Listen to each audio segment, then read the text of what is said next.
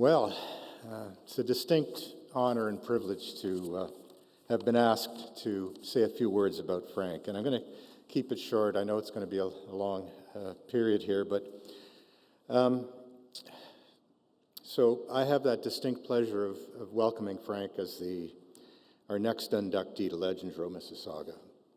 I met Frank, it's about over 36 years ago, I think I first met Frank, when I moved my office from Toronto to Mississauga, and that's another long story. But as an architect, you always want to have your work in Toronto. That's where all the cool buildings are. But I discovered Port Credit, and part of that discovery was getting to know Frank and his family. And I've seen in the years that I've been here and worked both with Frank and on boards with Frank, I've seen his firm evolve into a highly respected and trusted community partner in Mississauga, and especially in Port Credit in particular, where my office was for many years. So as an architect and an urban designer, I've witnessed Frank's focus on community consultation, this idea of prior to finalizing a design, you have to talk to the people that have to experience the design. And that is an unusual quality in the developers that I've worked with. A lot of them have great ideas. They just want to go ahead and get them approved as quickly as possible. Frank is not that type of guy. He would hold meetings that were not required, but he would go and talk to the community and see what was on their minds. He would have the check and balances of the viability of it all, but he always had in mind the quality of the community, and that to me is a real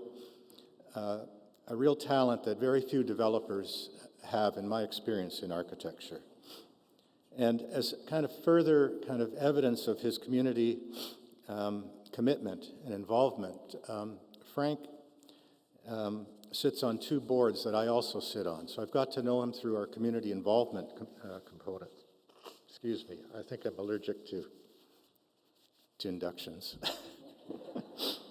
Never done this before. And the one that I sit on currently is one of them. There's two. The first is the Port Credit Community Foundation.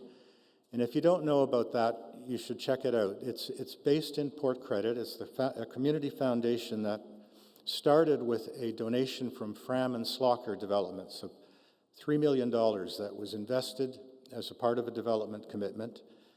And that money was invested with the purpose of enhancing lives in Port Credit. So what we've been doing on that committee for the last, I think, 15 or more years now is accepting applications for grant money for events and initiatives in Port Credit.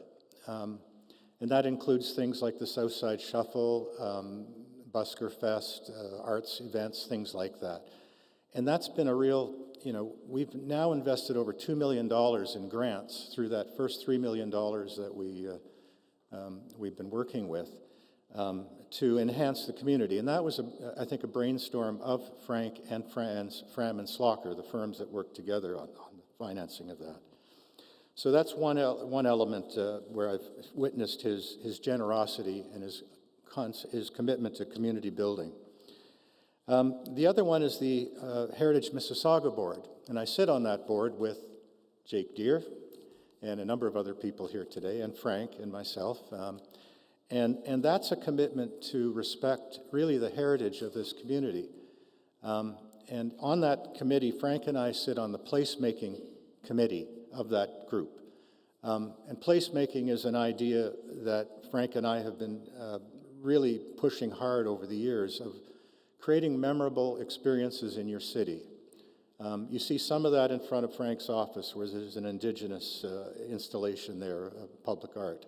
And that's the kind of thing that placemaking does. And Frank and I are committed to it. Frank in particular is committed to it, but he's acting on it in front of his own office. But that's a committee that shows the kind of volunteer contribution that Frank makes in this community. Now, as a personal friend as well, I've gotten to know Frank and gotten to know his family. And I was reminded that the architect that designed this, Frank's younger brother, worked for that firm. So the DNA, the Giannone DNA is all around us. He was a junior architect at that time, but he had a hand in detailing all of this beautiful building. And the other thing on that, I got to know the family even better when I won the bid for a trip to Torre Fiore, which is the Giannone family's boutique hotel in southern Italy, Pasticci.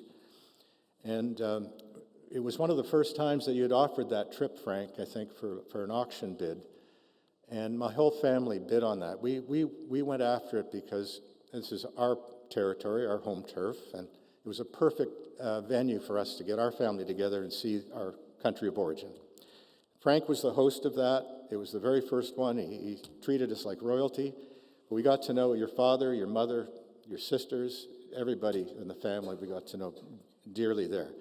The point there beyond that, though, Frank has now given away that trip to, I think, over 15 or more, it's got to be like 20 or more. He offers this for an auction item for many of the various Mississauga fundraising events. And this year, again, I know with Heritage Mississauga, he's donated that trip, and it's always a great fundraiser. So that's another commitment that Frank has made to this community through donation. And as a resident, I'm witnessing the blossoming of Port Credit and the city of Mississauga through the many buildings and communities that Frank has been behind. You know Brightwater, you may know the St. Lawrence Starch original buildings down in the waterfront. These are all commitments to community building, which is a very apt term for this award for Frank. He's a true community builder.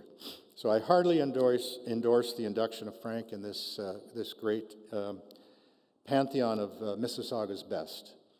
And with that, Frank, thank you for what you've done, and I'll pass it on. There's a short video now to take it.